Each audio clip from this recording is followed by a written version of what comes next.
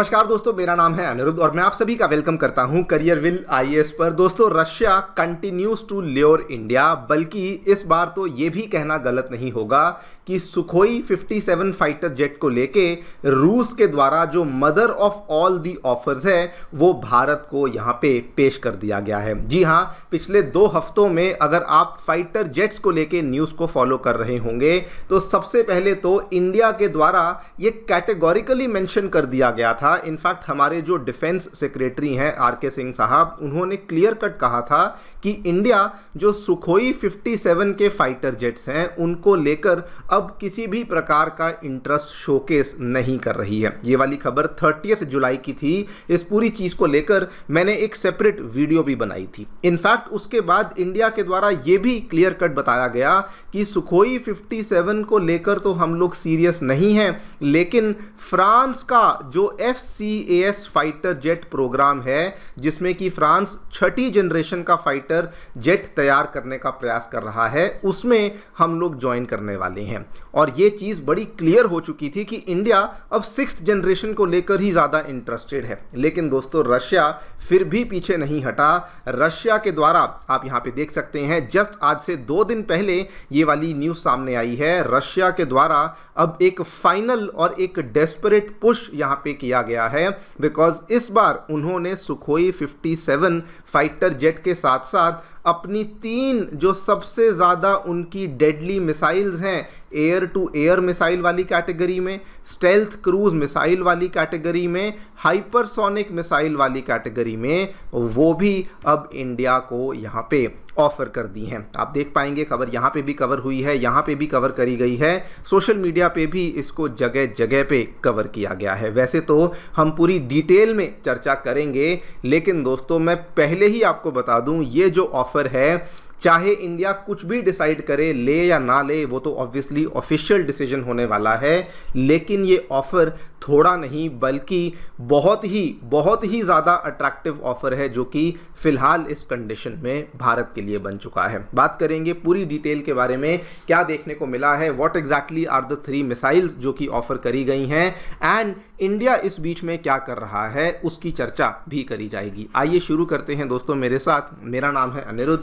यदि आप लोग हमें फॉलो करना चाहते हैं तो दिए गए टेलीग्राम चैनल के माध्यम से ऐसा कर सकते हैं। ऑल्सो आगे बढ़ने से पहले आपको बताना चाहूँगा कि करियरविल आईएएस के लिए जो टीम है वो आपके आने वाले प्रीलिम्स 2027 के लिए जो CSAT का बैच है वो लेकर आ चुकी है। इस टोटल बैच की जो फीस है that is only and only 1999 rupees और इसकी एडमिशन्स भी ओपन हो चुकी हैं। अगर आपने इसमें एनरोल नहीं किया, अभी जाके एनरोल करिए। ये बैच इंग्लिश और हिंदी मीडियम दोनों में ही अवेलेबल करवाया गया है। All right, directly coming to the news, क्या देखने मिला है दोस्तों, रशिया के द्वारा in probably a final attempt, in probably a final push, एक बहुत ही अग्रेसिव ऑफर इंडिया को दिया गया है अपने Sukhoi 57 5th generation fighter jet programme को लेकर। आप यहाँ पे क्लियरली देख सकते हैं। वैसे तो पिछले लगभग 1.5 साल से रशिया धीरे धीरे अपने ऑफर को और ज़्यादा स्वीटन कर रहा था, लेकिन अभी जो रशिया के द्वारा चीज़ें ऑफर कर दी गई हैं, ये कुल मिला के 10 चीज़ें हैं जो कि रशिया ऑफर कर रहा है। सबसे पहले ऑब्वियसली उन्होंने अपना फाइटर जेट ऑफर किया, धीरे धीरे उन्होंने लोकल प्रोडक्शन ऑफर किया, फिर उन्होंने कहा टेक्नोलॉजी ट्रांसफ़र करेंगे, फिर कहा सोर्स कोड देंगे, और अब जाकर के दे आर नाउ सेइंग कि रशियन वेपन्स इंटीग्रेशन देंगे, जिसमें कि लंबी रेंज की एयर टू एयर मिसाइल होगी, स्टेल्थ क्रूज मिसाइल होगी, हाइपरसोनिक वेपन्स को भी इंक्लूड किया जाएगा। इसके पहले ही ये लोग कह रहे थे कि हम लोग इंडिया के आमका प्रोग्राम में भी असिस्टेंस देने के लिए तैयार हैं, और जो ये भी कहा था कि 36 to 40 एयरक्राफ्ट जो कि इनको डायरेक्टली चाहिए होंगे वो भी हम लोग ऑफ द शेल्फ, मतलब कि बने बनाए तैयार एयरक्राफ्ट आपको दे देंगे, ताकि आपको उसके लिए ज़्यादा देर तक इंतज़ार ना करना पड़े। बाकी चीज़ों को लेकर तो अभी तक हमने कई सारी वीडियोज़ और आपने कई सारे आर्टिकल्स भी देख लिए होंगे।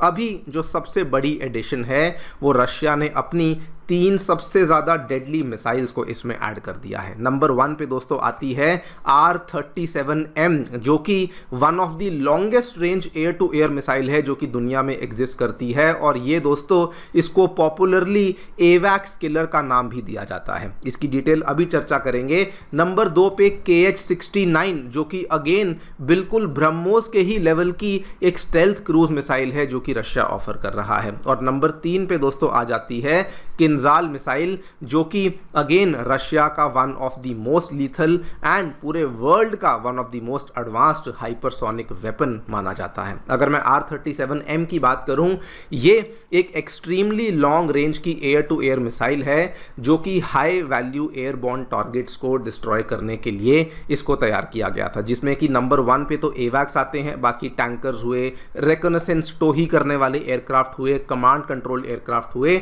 उनके लिए इसको बनाया गया था। और ये चीज़ रशिया भी बड़ा यहाँ पे चालाक है, बिकॉज उनको मालूम है कि ये चीज़ इंडिया को बहुत ज़्यादा मैटर करती है। बिकॉज अगर आप इंडिया की ज्योग्राफी को देखेंगे, एक तरफ पाकिस्तान, दूसरी तरफ चाइना है, जिन दोनों के ही पास कई सारे एवैक्स सिस्टम के नाम पे airborne early warning and control aircraft देखने को मिलते हैं, जो कि पाकिस्तान के पास भी कई सारे हैं, चाइना के पास भी बहुत ज़्यादा मात्रा में हैं। एरियल टैंकर्स भी देखने को मिलते हैं, ISR एयरक्राफ्ट यानी कि रिकॉनेसेंस करने वाले एयरक्राफ्ट भी भारी मात्रा में देखने को मिलते हैं। सेकेंडली KH-69, जो कि प्रोबेबली रशिया के द्वारा पहली बार इन्होंने इस चीज़ को ऑफर किया है, एक Russian air launched cruise missile है which has been offered for stand off attacks against the ground targets. और ये ऑफर को एक्चुअल में काफ़ी स्वीट बना देती है, बिकॉज सुखोई 57 और KH-69 का जो कॉम्बिनेशन है, दिस बेसिकली मीन्स कि एयरक्राफ्ट को कभी भी एनिमी टेरिटरी के अंदर पेनिट्रेट करना ही नहीं होगा, और दूर से ही वो जो भी टारगेट्स हैं उनको आसानी से हवा से ही डिस्ट्रॉय कर सकती है। तीसरा, जो कि रिपोर्ट तो किया जा रहा है कि रशिया अपने किंजाल और जिरकॉन वाले हाइपरसोनिक वेपन्स को ऑफर कर रहा है। जो लोग नहीं जानते बता दूं, किंजाल दोस्तों KH-47M2 मिसाइल है जिसकी रेंज लगभग 2000 किलोमीटर की है, स्पीड लगभग 10 माक की है, और जिरकॉन हाइपरसोनिक मिसाइल जो कि ऑलमोस्ट किसी भी प्रकार के एनिमी एयर डिफेंस सिस्टम को डिस्ट्रॉय करने की क्षमता रखती है। आप यहाँ पे देख सकते हैं, this is the Kinzhal hypersonic weapon, जो कि रशिया के MiG-31 के इंटरसेप्टर के ऊपर आपको माउंटेड देखने को मिलती है। लेकिन यहाँ पे आपको थोड़ा सा ध्यान देना होगा कि ये प्रोबेबली रशिया सुखोई 57 के साथ एक कॉम्प्लीमेंट्री ऑफर कर सकता है।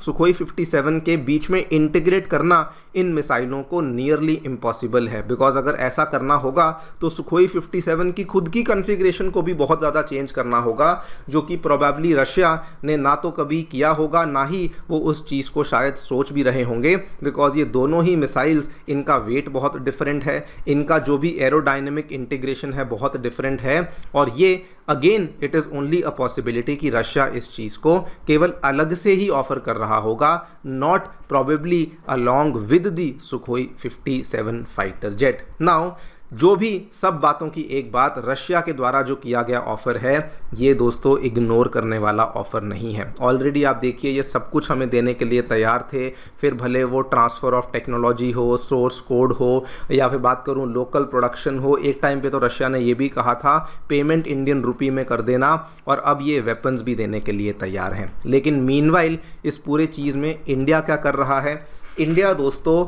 साइमल्टेनियसली, आई थिंक इतना अग्रेसिव हम लोग इस चीज़ को लेकर कभी नहीं हुए।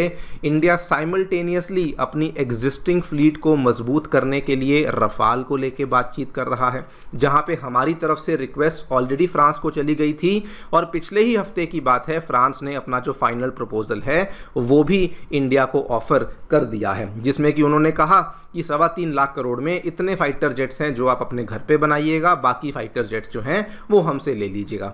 उसके बाद 5th जनरेशन फाइटर जेट को लेकर आमका, जो कि अभी तक केवल किताबों में था, जो कि अभी तक केवल ऑन पेपर था, वो भी अब प्रॉपरली मूव कर रहा है। उसकी प्रोटोटाइप डेवलपमेंट 28-29 तक हो जाएगी, पहली फ्लाइट 29 तक, सर्विस एंट्री 34 तक और सीरियल लेवल पे प्रोडक्शन 2035 तक हमें देखने को मिल जाएगी। एंड साइमल्टेनियसली हम लोग अपने 6th जनरेशन प्रोग्राम के लिए भी अब इंटरेस्टेड हो चुके हैं। FCAS को लेकर हम लोग यहाँ पे एक्टिव इंटरेस्ट दिखाना शुरू कर चुके हैं। तो ओवरऑल इंडिया की जो अप्रोच है वो कुछ इस तरीके से बन रही है। फिलहाल सुखोई 30 और रफाल, जो कि 36 रफाल हमारी फ्लीट में है, नियर टर्म में इन्हीं सुखोई 30 का अपग्रेड और रफाल के नाम पे 114 नए रफाल, मीडियम टर्म में आमका की डेवलपमेंट, लॉन्ग टर्म में आमका मार्क 2 जिसमें कि एडवांस्ड इंडिजिनस फाइटर जिसमें कि तेजस मार्क 2 वगैरह की भी इंटीग्रेशन होगी। एंड फ्यूचर में ऑब्वियसली पॉसिबल जो फ्रेंच का 6th जनरेशन कॉपरेशन वाला फाइटर एयरक्राफ्ट है उसको भी इंटीग्रेट होता हमें देखने को मिल सकता है। अब एग्जैक्टली क्या ये फाइनल ऑफर के बाद हम लोग थोड़ा इंटरेस्ट शोकेस करते हैं या नहीं करते हैं, ये तो देखिए सारी बातें गवर्नमेंट के ऊंचे ऊंचे लेवल पे होंगी। लेकिन एक बात बड़ी यहाँ पे शानदार है जो कि इंडिया के लिए शानदार तरीके से प्ले आउट कर रही है कि जैसे जैसे रशिया अपने ऑफर को बेहतर कर रहा है, इसमें इंडिया के लिए जो नेगोशिएशन करने की लेवरेज है वो बहुत बढ़ जाती है। And not just with respect to Russia, बल्कि इंडिया की नेगोशिएटिंग लेवरेज फ्रांस जैसी कंट्रीज के साथ भी बहुत बढ़ जाती है कि देखिए जी रशिया तो हमें ये चीज़ें ऑफर कर रहा है, आप बताइए आप हमारे लिए और क्या कर सकते हैं। तो ये एक डेफिनेटली आप कह सकते हैं कि बहुत ही एक पॉजिटिव स्पिल ओवर इफेक्ट है जो कि इंडिया के ऊपर इस पूरी चीज़ का आ रहा है। देखते हैं आगे चलकर और क्या होता है। आपकी जो भी राय है बताएं कमेंट सेक्शन में। Thank you so much for listening, stay tuned and